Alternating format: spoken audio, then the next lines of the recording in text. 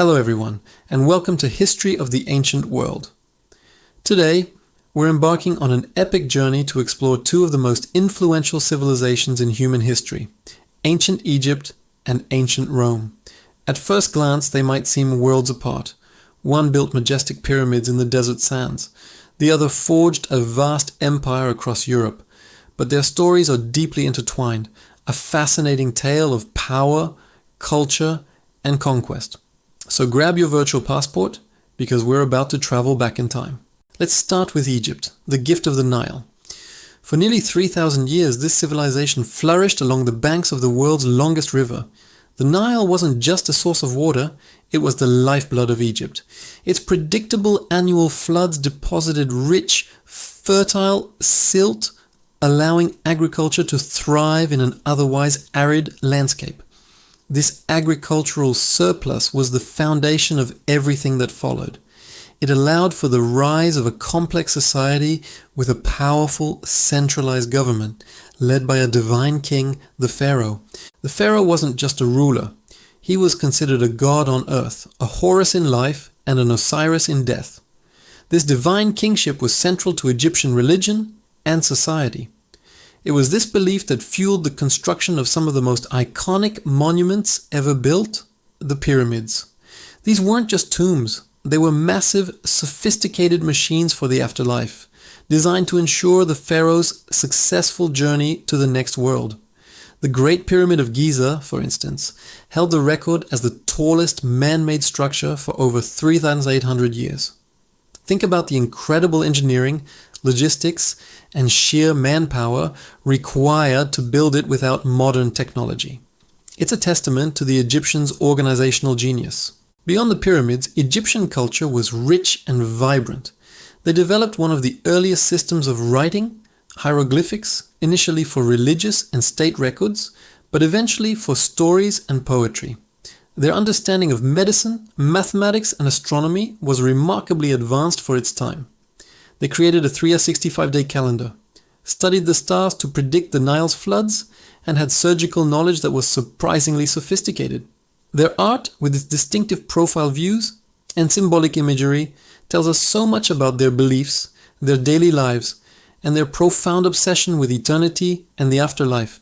Now, let's shift our focus westward across the Mediterranean, to a small city-state on the Italian peninsula that would grow to dominate the known world, Rome.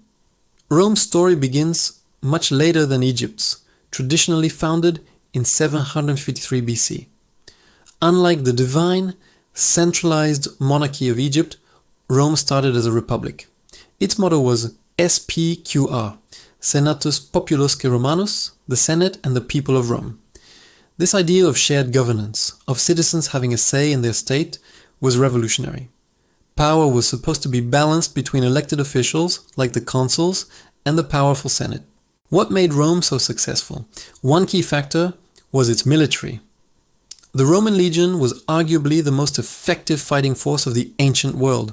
Highly disciplined, brilliantly organized, and incredibly adaptable, the legions conquered territory after territory. But Rome didn't just conquer, it absorbed. Conquered peoples were often offered a path to Roman citizenship. This inclusive approach helped to unify a vast and diverse empire. Rome built an incredible network of roads, many of which still exist today, connecting its provinces from Britain to Mesopotamia. These roads weren't just for armies, they were arteries for trade, communication, and the spread of Roman culture. All roads, as they say, lead to Rome. The Romans were master engineers and architects. While the Egyptians built for eternity, the Romans built for practicality and public use. They perfected the use of the arch and concrete, allowing them to construct massive structures like the Colosseum, a grand amphitheater for gladiatorial games, and the aqueducts, incredible systems that brought fresh water into their cities, supporting large urban populations. Their legacy is also deeply embedded in our language, our laws, and our political systems. The concept of a republic, the idea of a senate, and many principles of modern law can be traced directly back to ancient Rome. For centuries, These two great powers existed in their own spheres of influence. Egypt, under the rule of the Ptolemaic dynasty, a Greek royal family descended from one of Alexander the Great's generals, was a wealthy and cultured kingdom, a breadbasket for the Mediterranean. Rome, meanwhile, was expanding its republic, conquering its rivals like Carthage and becoming the dominant power in the region. It was only a matter of time before their paths crossed in a dramatic and history-altering way. The collision came in the 1st century BC, a time of turmoil for the Roman Republic. A civil war was raging, and ambitious generals like Julius Caesar were vying for supreme power. It was during this period that Caesar traveled to Egypt and famously met the last pharaoh, the brilliant and charismatic Cleopatra VII. Their alliance was both political and personal, a strategic move that tied Egypt's immense wealth to Caesar's political ambitions in Rome. Cleopatra wasn't just a beautiful queen, she was a shrewd and intelligent ruler, fluent in multiple languages, who fought fiercely to preserve her kingdom's independence. After Caesar's assassination, Cleopatra sided with his protégé, Mark Antony.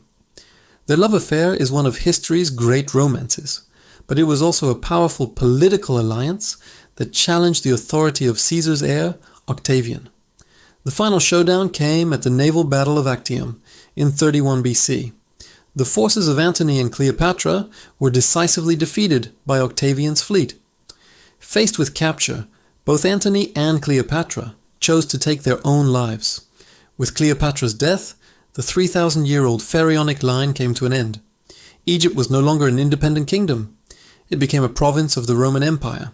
Octavian, now calling himself Augustus, became the first Roman emperor, marking the end of the Roman Republic and the beginning of the Roman Empire.